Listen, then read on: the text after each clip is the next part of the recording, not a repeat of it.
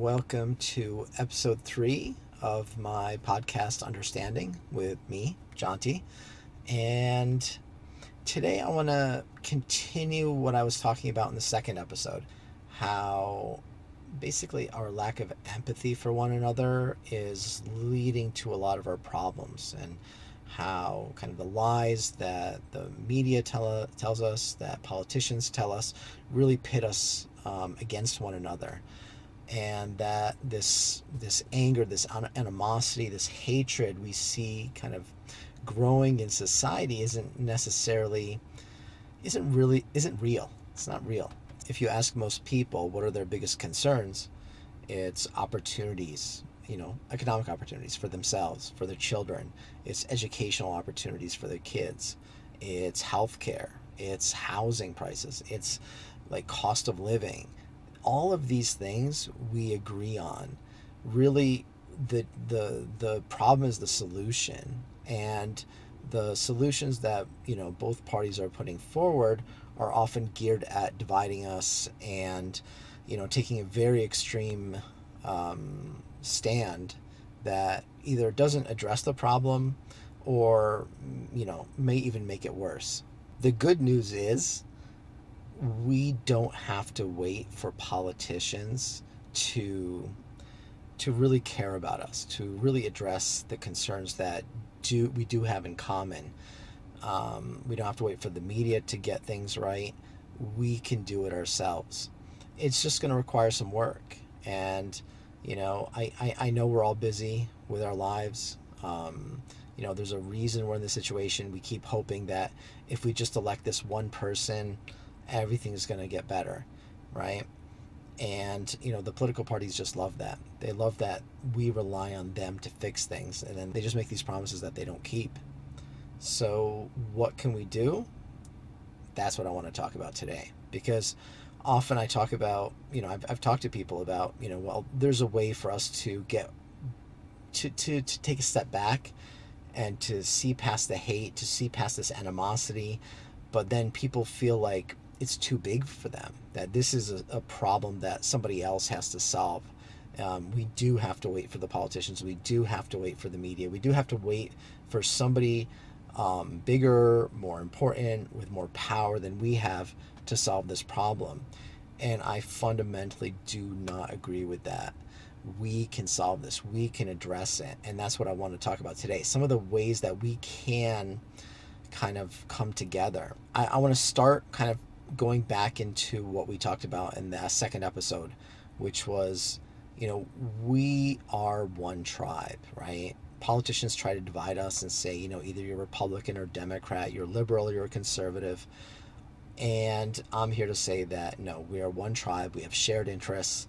Often this idea that our differences are insurmountable even gets reinforced in the house. Like, either we have family members that we disagree with, or maybe extended family members that we disagree with, that make either Thanksgiving or Christmas like a living nightmare for us, right? So that then we're like, okay, well, if I try to disagree with them, then they argue, and then they get more mad, and they become more, So this is true. And I think the fundamental problem is that we haven't learned to speak to each other. And like I said, this is something I discussed in the second episode, where I talked about empathy and the power to, even if you don't believe what they say, to find what you share with them, to find that shared belief. Because there's something in what that relative is saying that is true, that you do agree with, let's say, we're talking about, immigration being a problem, or, jobs going overseas is a problem, and China's this big problem that we need to address, and so we need to, increase tariffs on Chinese goods to bring manufacturing back to the U.S. You may disagree with that. You may think, no, we need to retrain people to do, jobs in the information, economy. What's happening is you're arguing about the solution, but you both may agree there's a shared problem. It's like, yeah, the opportunities that existed before don't exist anymore. Yeah, you have that shared that shared idea, that shared problem that, you may disagree on the solution, but you can talk about it. It's like, you bring up a good point. Yeah, like the economy's definitely changed. People who used to be able to get manufacturing jobs in this country can no longer get it. And that's definitely a problem. And once you start having that conversation, and once they start feeling heard, that rage, that anger, that frustration just dissipates, and you can have a conversation. You can listen to their ideas. Oh, you think it's, tariffs are a way for us to kind of punish China for taking all their jobs and, bringing jobs here. That may work. How does that work? So what happens when prices go up? Are we willing to put up with that pain? If we are, that may be one potential solution. If not, if that's going to make inflation worse, if that's going to, make it harder for people to, live their lives, then maybe we need to look at other solutions. And that might include retraining programs. But again, that's long term. What can we do in the short term? There can be this exchange of ideas, but dealing with the issue rather than the talking points that each party, sends out over the airwaves, pitting us against each other. No, this is the solution. No, this is the solution. It's more nuanced than that. Politicians don't have the time to go into that nuance. And so we're stuck with these like half-baked ideas that we're arguing over, and they all have holes in them. Both sides, the plans of both sides have holes in them because they are not well thought out, because they can't be, because they have to be communicated in sound bites. And that's our fault. We have to acknowledge that. If we want a more robust discussion, we have to be demanding that. We have to be demanding those more robust discussions, more nuanced solutions that make sense. So I do think that this feeling that these problems are insurmountable, it can feel like this is the job of politicians. It can feel like this is a conversation the media should be having.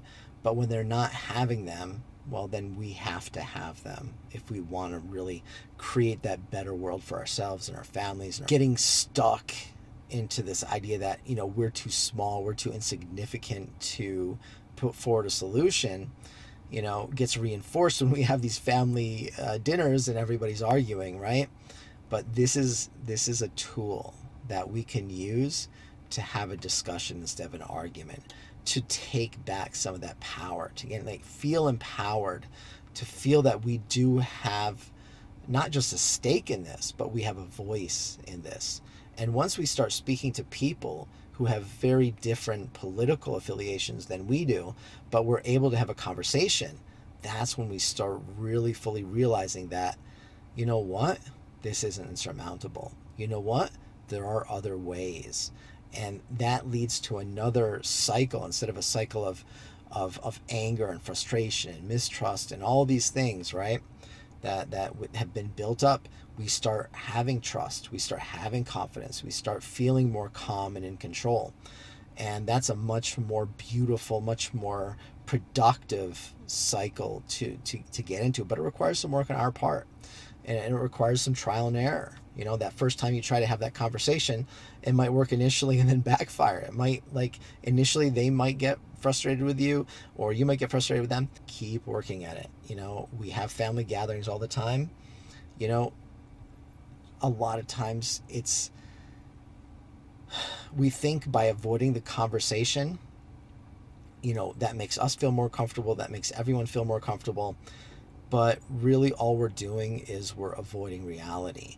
And, I suspect a lot of times there are people in your family who want to have that conversation, who want to have that difficult conversation, and they don't know how to get it started. So they say provocative things, right? Which makes you feel they just want to argue and fight. But in fact, they may just want to have a conversation. And, staying calm and, acknowledging the truth in what they're saying, or at least a shared truth that you have, is a way to start that conversation.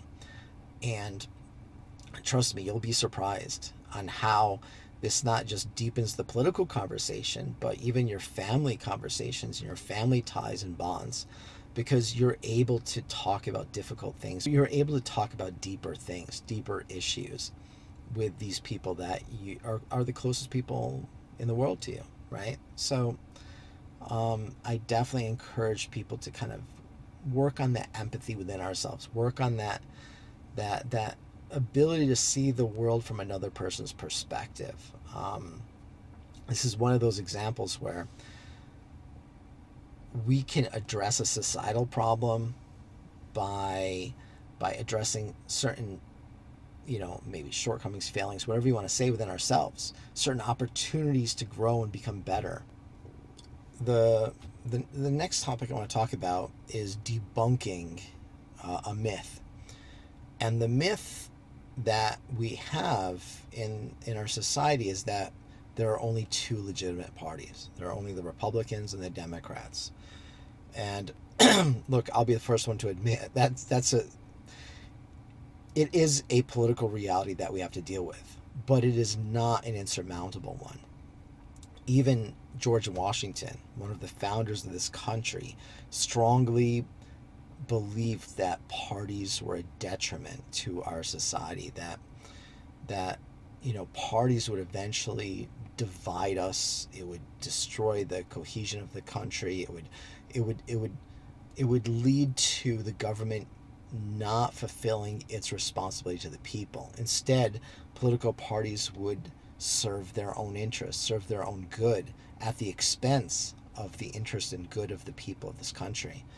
And as we've seen in recent years and decades, that's pretty much what's happened, right? The parties serve their own interest. And they're really only interested in growing themselves, right?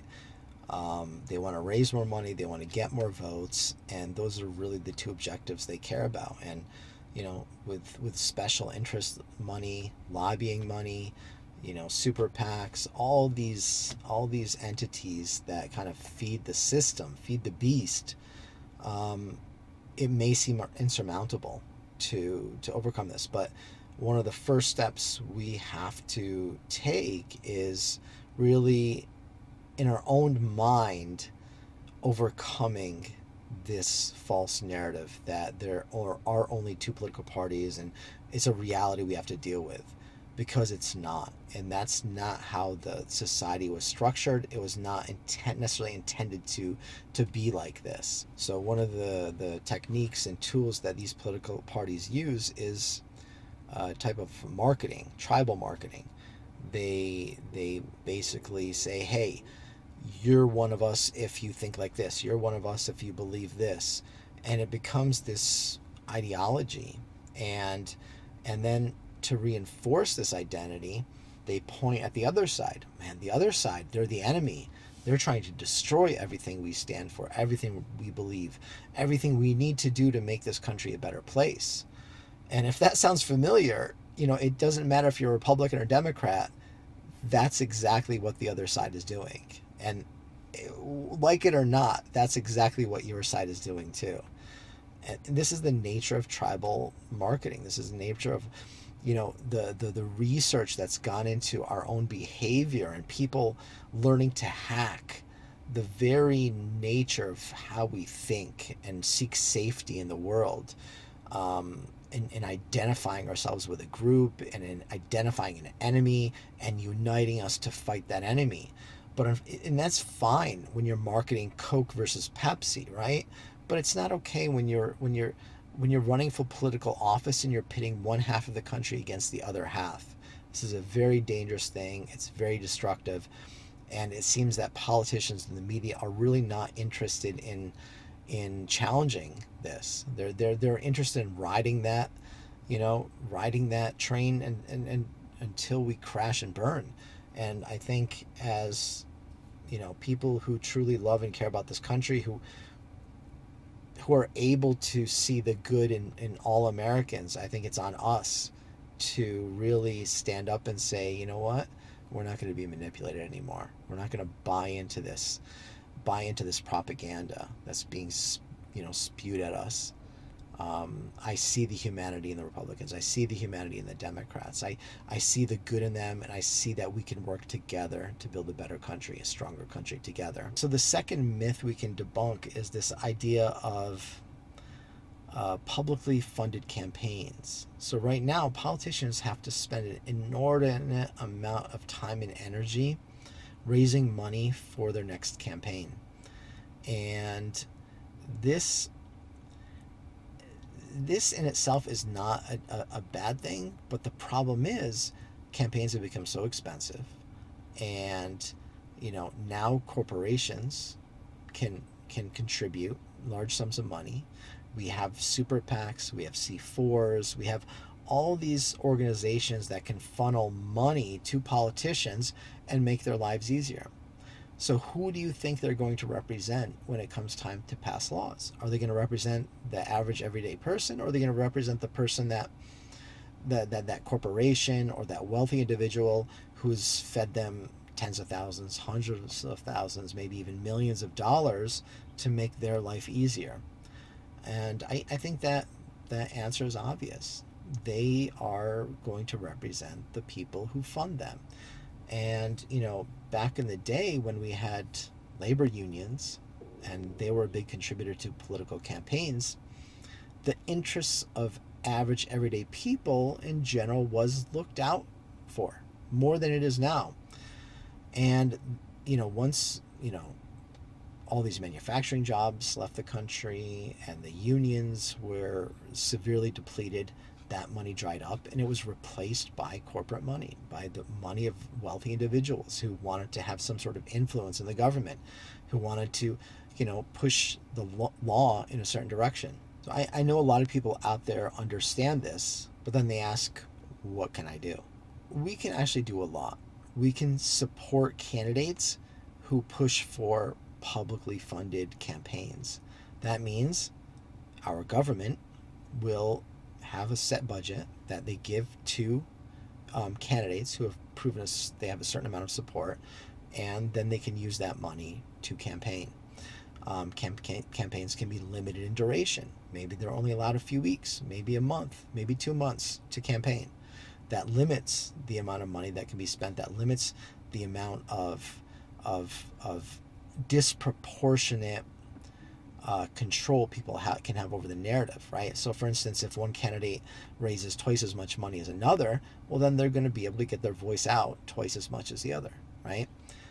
And with a publicly funded campaign, well, both candidates have similar amounts of money, and therefore their voices are more equal. And so it becomes a battle of ideas rather than a battle of money. So my ideas, while in theory sound good, or may sound good, maybe they sound dumb to you, I don't know. But there's a fundamental problem, because the people responsible for fielding political candidates, for funding them, for controlling the laws that regulate elections, they're beneficiaries of the system as it exists now. And there's really not much motivation on their part to change it, right? Congress would have to pass laws saying, well, we believe in a publicly funded, campaign system, right? But their parties don't want to do that. That would severely weaken them. So the parties aren't going to, even if a candidate themselves thinks it's a good idea, the party is not going to support this. And that means they're not going to get party funding for their next election, which means they would probably lose the next election. So, and the same thing with super PACs and C4s and all that dark money that's flooding into political campaigns. They all benefit from this. So asking them to change how, campaigns are funded, asking them to actually undermine themselves altogether and get rid of the idea of political parties, or make it easier for third parties and fourth parties to enter the race, it's not in their interest. I have this idea, which somebody far smarter and more motivated than me might be able to take and run with. And it's the idea of using the system against itself. Like, for years I studied in entrepreneurship, and my wife and I launched businesses, and So, often, as lay people, we feel like we want to change the system. I mean, we change the system, that's how we make it better. But business people think about, how do you work with the system the way it is? How do you work with people? What's being demanded? How do things work right now, right? Business people are not judgmental, right? In that sense, they're trying to understand, what is the demand that I can supply, right? How can I work within the system the way it is to, achieve my own goal, right? And if our goal is to create a less corrupt system, we may have to participate in the corruption. Now, what do I mean by this? I explained earlier how, um, you know, average everyday Americans used to have a stronger voice in government. Laws would be passed that would benefit average everyday people, because union money was funneled into these elections. And so politicians naturally listened. Now that most of the money that gets funneled into political campaigns comes from wealthy donors and large corporations, who do they listen to? They listen to wealthy donors and large corporations.